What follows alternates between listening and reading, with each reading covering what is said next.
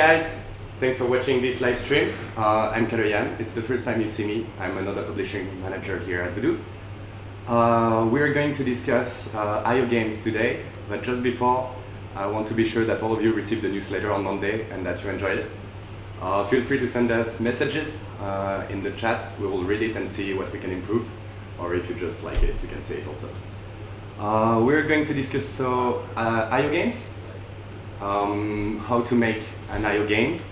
I just wanted to present you what we have learned in the last few months about it and tell you what's coming next in the .io genre and what you can do to make better games.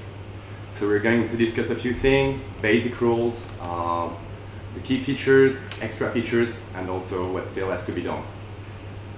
So first of all, we're going to discuss the basic rules because .io games on the App Store are different from .io games that you maybe played online on your computer. There is kind of a broader definition, so it's more a multiplayer game than .io, but people seem to enjoy the .io thing. There are three basic rules that define a .io game. So the first thing, that you play versus opponent that try to do the same thing than you and prevent you from doing it. So you have different explanation on the screen here. The second thing is that you need to be the last one alive or to score more than the other in the allotted time, 1 minute 30, 2 minutes most of the time. And third, the character gets slightly bigger and or more powerful when it performs certain action. You have different examples here on the screen, like all of the games, the .io that we have released. You can see Paper 1 and Paper 2, where you have to create the biggest area. You also have Hole and Tornado, in which you destroy or you swallow everything. You have Bumper, Surprise, where you bump people. You also have Ping.io, in which you have to score goals. And Draw.io, where you paint the floor. So these .io games, you want to make them ultra casual, so you need to work basically on two things: the interaction with other players and the environment, and also how easy it is to win. We identified three key balancing features. So in the state of the art, there are just three. Maybe there are more. If you find them, it's awesome. The first thing is that you need to make a fake PvP. Basically in .io games, I'm pretty sure you know it, but many people don't realize it. It's a fake PvP with bots, so you don't have to make servers. You can also control the entire experience with that. So basically it's a way to make it more forgiving and to create the perfect experience for the players. The second thing is the level design. .io games have very specific sort of levels, and you have to adapt basically the rules of the game and design it so that you design the level so that you will make the rules very understandable for the people. In Ping.io, you very easily understand where you have to score. In Bumper, with the water, you really see that you need to push the opponents in the water. In Hole and Tornado, you see, because of the size of your tornado and your hole, what you can and cannot destroy or swallow. In Paper, you see the areas with colors. You can really clearly identify which is your area, which is the other. So basically, all the level design should be made so that the game is more YouTubeable. It can also help the player to be better at the game. So if you think about Hole, for instance, you have the parks that once you understand that it's key to win the game, you will rush to the parks. The forest have the same impact in Tornado. and that they will help you to get better very quickly. The last point is the snowballing. The snowballing is really key. For me, it's the most important feature in the game. What is the snowballing? It's basically an advantage for the player that stacks against its opponents. So you start slightly better by design than the bots in the game, and you get better relatively more than the bots. So you have that feeling of scale, and to summarize it, if you perform the same action than the bots, the player will always be more powerful than the bots. You have an example in that curve. So you need to find the optimal snowballing effect you want in the game. But the key is that the player, even if he is not that good, he will perform well and be better than the bots and have an experience of winning in the game. In a summary, like this snowballing effect, the fake PvP and so on, it helps to have two parts in a .io game. Like you have two experience in one game of 1 minute 32 minutes. The first part is you avoid death and you get bigger or stronger quickly. And the second, if you manage to be first pretty quickly, is just to get rewarding by dominating the field, hitting everybody in all, killing everyone in tornado, scoring a lot in ping, and so on. There is then the extras. This is a small list of 2 things. Maybe there are more, but that's the 2 we have identified that work right now. It's the thing that you can add in the game to make it even better and to create a better experience of a .io game. The first thing are the perfect and power-ups. Basically, they will help you to generate more reward for the player. It can be, yes, a perfect or some power-ups. In Bumper, for instance, we chose the perfect, that is this red area behind the bumps, so that when you touch them, you bump the enemies further. In Draw.io, you have many power-ups that makes an experience with more depth, and that really help the retention. The second thing is the ranking. The ranking in .io games is 2 kinds. There is the metagame ranking and the in-game ranking. What are these? Basically, the more you play, the higher your rank will be. So you score by just playing. You don't need to be that good, because actually you will always get points when you play. So the more you play, the higher your rank will be. And you will have that incentive to keep playing more, so that you will be first bronze, silver, gold, and even better. And you will have special things associated to it. So skins, metagame bonuses can be linked to the player rank, so that you create more depth once again in the game and push the player to come back to play the game even more. There is also this in-game ranking, so you can know exactly where you stand during the game. We usually put it on top right. It can be different, but just the player knows if he's first, second, third, so he knows if he's in danger and that he has to score more, or if he is the best and then he can just rush to the enemies and kill them all. So after these 3 things, you know basically everything we know about .io game. You know the key balancing features, you know the extras, but there are more things coming, and that's what you have to write. We emphasize a lot on it, but the best way and the only way to get a low CPI is to be innovative. So you need to be innovative in the .io games. You need to follow the game guidelines. You need to make games that are not very masculine, and you really need to innovate in the genre.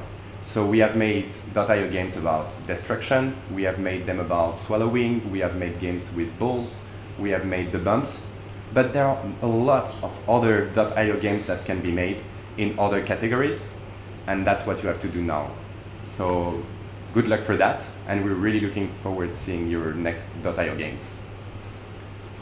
Alexander, if you want to join, we're now take the Q&As. I hope you guys have many questions. I know you missed him. Hey guys, how's it going? Thanks Thanks, Killian. Thanks a lot for instructive presentation. We've got a few questions here. I think some of them were on the presentation, so it might be worth either addressing them directly, or if you guys also have questions or feedback on stuff outside the presentation. So any questions that you guys want to Q&A right now is a good opportunity. We'll have 5 or 10 minutes if that's cool. And in the meantime, while you guys gather your questions, we'll try to go through some of the questions that were more relevant to the presentation. Oh, there is one here interesting. Do the IO game load any rivals info then, player's name at least, or is it all pre-generated or even random? Actually, it's a really cool thing. What you want to do in the .io game is make the player have the experience of a multiplayer, even if it's not true. So the names is also a component of that. So basically you need to generate names. You can do a list, with 100 names or something, and you just randomly put them in the game. The more you have, the better it is. And you can also add flags, like in Bumper, and other alphabets, so that people will think they're playing with people all around the world. It's a really cool thing, and it can definitely help the retention and maybe also the CPI. Cool. So you had a question on, basic question. Will the Voodoo dashboard have a .io game design doc? We'll obviously upload this presentation on the dashboard.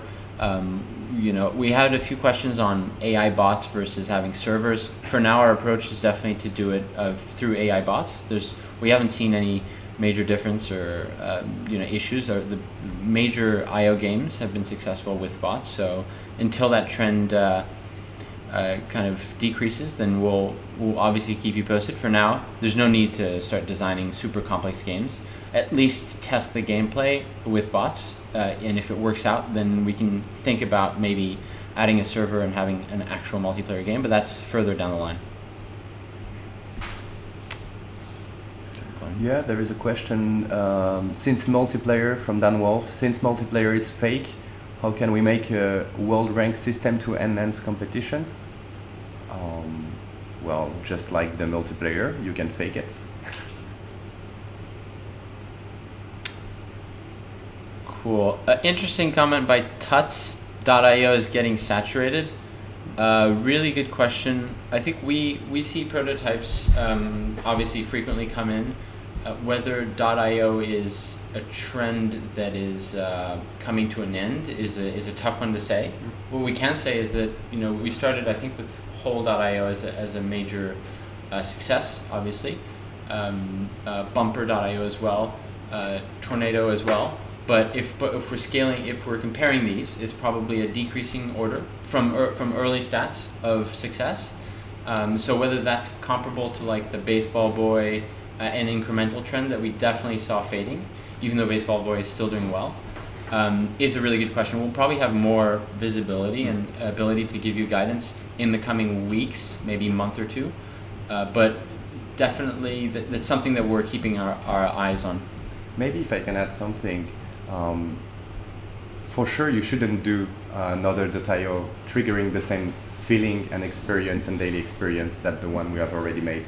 So there is no point in doing it, doing a .io about destruction or swallowing or bumps, sort of, because this has already been made. But maybe you can find a .io or multiplayer experience in really a different category of game, and it might work because it will be innovative, and so you will get a low CPI and be able to scale the game once we publish it. Cool. This is a pretty specific question, but it's interesting, I think. How long should a session, this is from Artem Anosov. Thanks for your question. So how long should a game session last in IO games? That's really a really good question to start asking, I think, now, and also when you're optimizing the game for ads.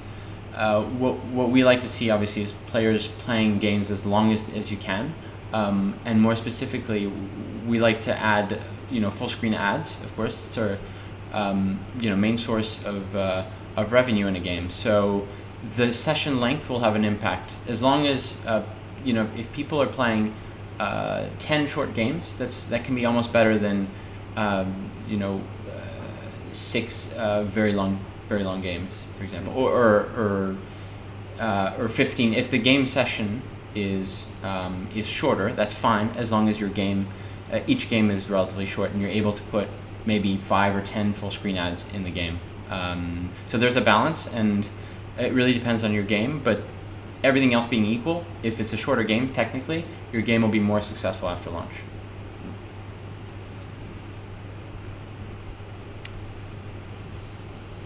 There is a question from Alessandro. Which one is the current rising trend? There seems to be a rise in drawing on the App Store. Right now, I don't think there is a trend, and especially not the drawing thing, because we have tried many prototypes about drawing, and they don't actually perform that well. So if you can get access to data of the game that are on top of the App Store, you will see the retention metrics and the metrics they have, and they're actually pretty far from what we expect. So bear in mind that it's not because a game is on top of the App Store that it's really a big hit with a lot of retention. Eager to answer your question, no, you can ask any questions outside of I/O. That's totally fine.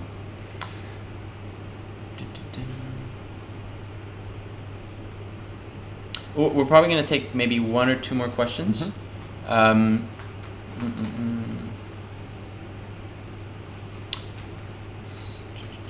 Oh, there is something interesting from Zyphon. This is not particularly related to I/O games, but have you tried testing the exact same game 2 times? If yes, was the result the same? There are 2 answers to that. Regarding retention, it won't change that much, but regarding CPI, it might, because of course there are trends and there are games people want to play now or they want to play later. So if you have, let's say, around 100 new players in your game, so it doesn't really pass our threshold, it might be worth trying to test it again in 3 or 4 months. Maybe the trend will have changed, the view of the players will have changed, but it's always better to focus on a new ID, change a bit the gameplay, and try to match the CPI today.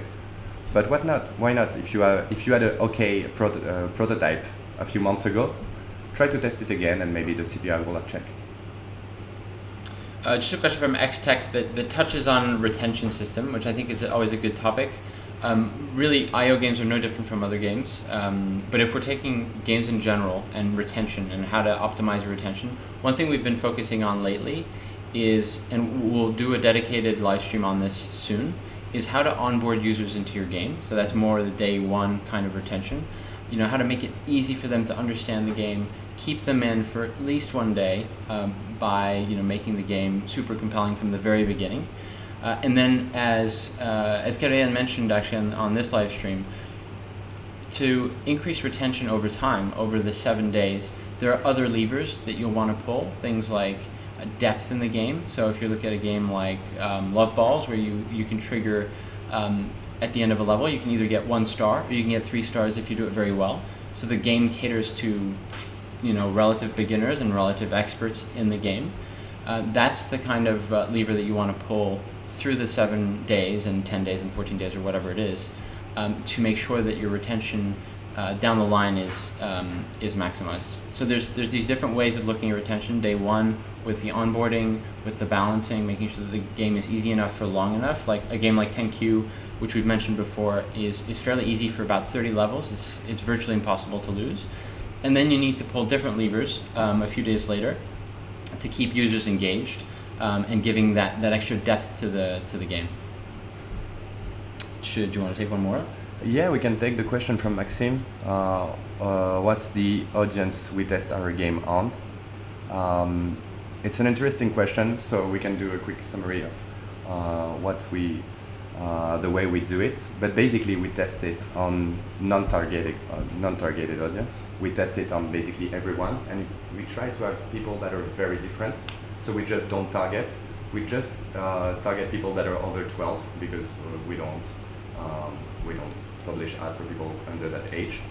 so that we have a real idea of the mass market and not we know that we're not in a niche, so that when we will publish the game and scale it, we know that it will interest everyone.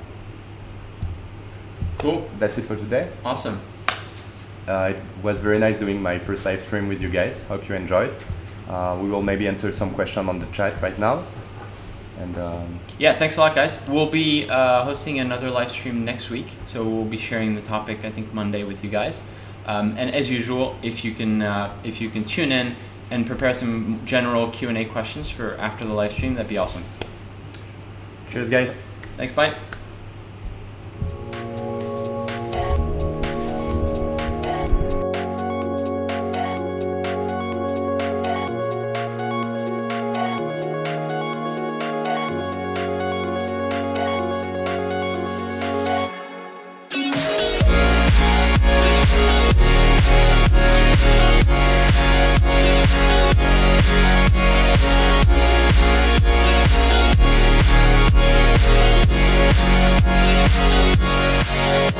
Yeah.